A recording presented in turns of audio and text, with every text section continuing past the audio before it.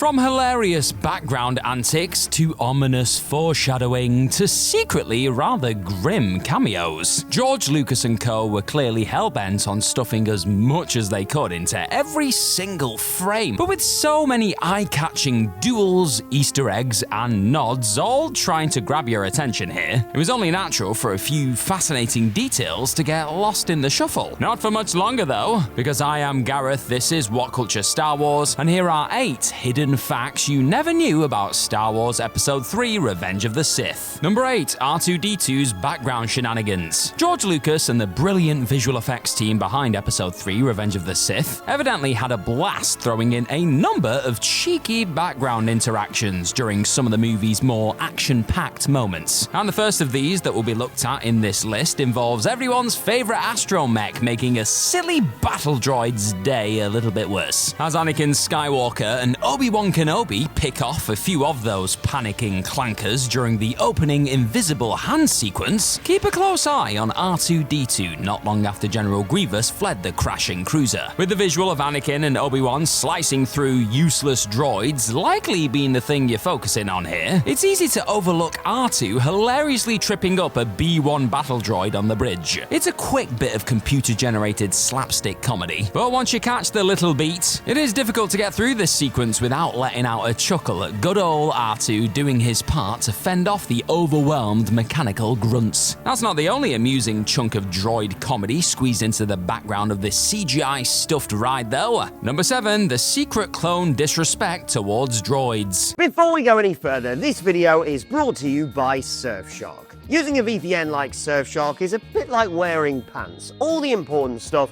stays private and secure when you're out and about online. Thanks, Surfshark! Not only that, but we've all spent an evening scrolling through Netflix just because you can't find something you want to watch. Well, with Surfshark, you can change your virtual location to access all your favourite content. Whether that be your favourite US TV shows or a movie that you are desperate to watch but for some reason is only available in Peru. Cheers, Peru! First Paddington, now this, you're alright.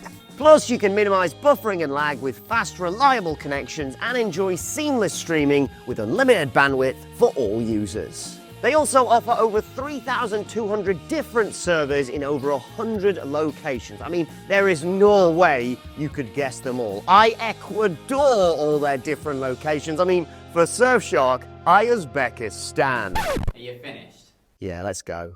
I'm hungry. They also offer 24/7 customer support and a 30-day money-back guarantee. And why not check out Surfshark Alert 2, a breach detection system that notifies you of personal data leaks. Click the link in the description or use code CULTURESTARWARS at checkout to get 4 extra months Surfshark VPN. And now, back to the video.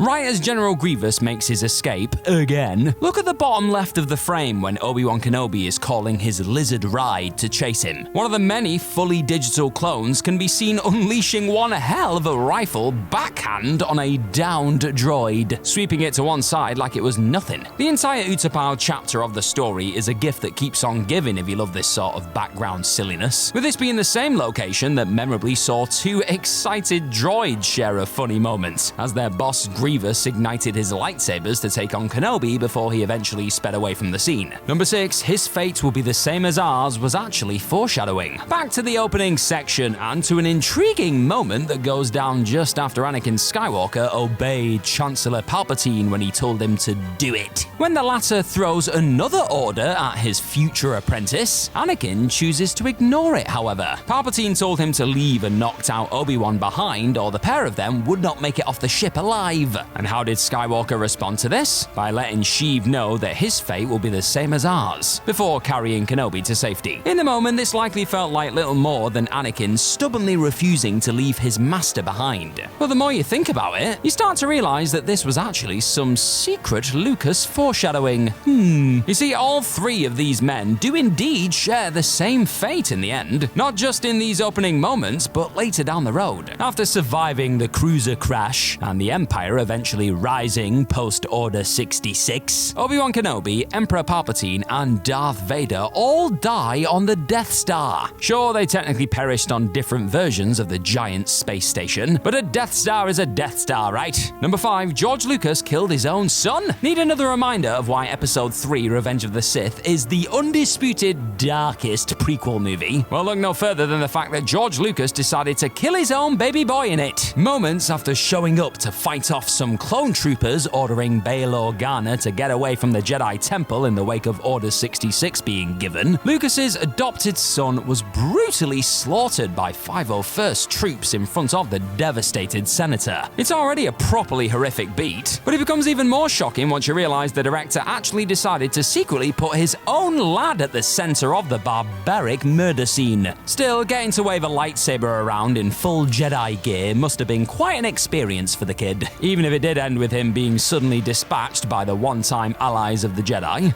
Thanks, Dad. Number 4, Anakin Skywalker's lightsaber sound changes during the movie. Sticking with the siege of the Jedi Temple, that galaxy-changing event contained one of the most harrowing moments ever to appear in a Star Wars story. The newly christened Darth Vader wandered into the council chamber, spotted a bunch of frightened younglings trying to hide from the brainwashed clones, ignited his lightsaber, and George Lucas allowed the audience's imaginations to do the rest. Many were understandably too busy being appalled by the Chosen One's actions to spot a properly fascinating little detail on show here, though. Listen very closely as Vader switches on his iconic lightsaber to slice his way through the next generation of Jedi. The sound it makes as the blue laser bursts from the hilt is actually different to the one viewers hear when it switched on at various other points before this slaughter. Instead, the noise made here sounds more like the one heard when Vader turns on his lightsaber in the original trilogy, secretly showing again how, despite using the same weapon as before, Anakin is not the man he once was in this traumatizing moment. And yes, I know that Vader uses a different lightsaber to Anakin, but still the sound is exactly the same, or at least pretty close. Number 3, Palpatine isn't looking at the Death Star in his office, probably. During the first Battle of Geonosis, shown in Episode 2, Attack of the Clones, fans were given a glimpse of the hologram plans for the iconic Death Star, with Count Dooku eventually taking said plans back to his master on Coruscant. Fast forward to Episode 3, Revenge of the Sith, and thanks to them being similarly projected in red like the aforementioned Episode 2 Death Star hologram, it seemed like Palpatine was looking over those same plans in his office as Anakin Skywalker entered the room for what became a quite important chat. They're only on screen for a few seconds, so you can forgive people for just seeing a big sphere and thinking, yep, that's no moon. But if you pause the scene and really analyze what's visible on that hologram, it actually looks like Palpatine is staring at something else altogether. Though not fully confirmed, the presence of two objects getting closer to the sphere seems to suggest he's monitoring the separatists he'd ordered to be transported to Mustafar earlier in the movie here, and that would make a bit more sense than going over your super top secret Death Star plans in a place where anyone could just wander in. So what a lot of people have long assumed was yet another cheeky Death Star appearance was actually secretly Palps keeping an eye on the separatists he'd ultimately have killed by his next apprentice, probably. Number 2, there's a hidden cameo on Mustafar. Former master and apprentice and brothers turned enemies Anakin Skywalker and Obi-Wan Kenobi cross lightsabers amidst the lava, with the latter eventually getting the better of the former in this emotional battle. Moments before Anakin was cut down by Obi-Wan, though, well, something quite bizarre occurred. Though it had been hiding in plain sight ever since the movie was released in 2005, it took almost 20 years for someone to spot an odd cameo mid-fight. Pause Episode 3 Revenge of the Sith at the 1 hour 59 minute and 2 second mark if you're watching on Disney Plus, and just look over Skywalker's shoulder. Here you'll see what appears to be someone's face lurking in the background. What? The second this strange cameo was found, Reddit went into investigation mode, and someone actually managed to find a photo from the Mustafar set that showed a crew member that looked just like this Mustafar man. Yeah, it's a tough one to catch at full speed, I'll give you that. But if you go looking for it, a hidden crew member cameo is certainly there to be found.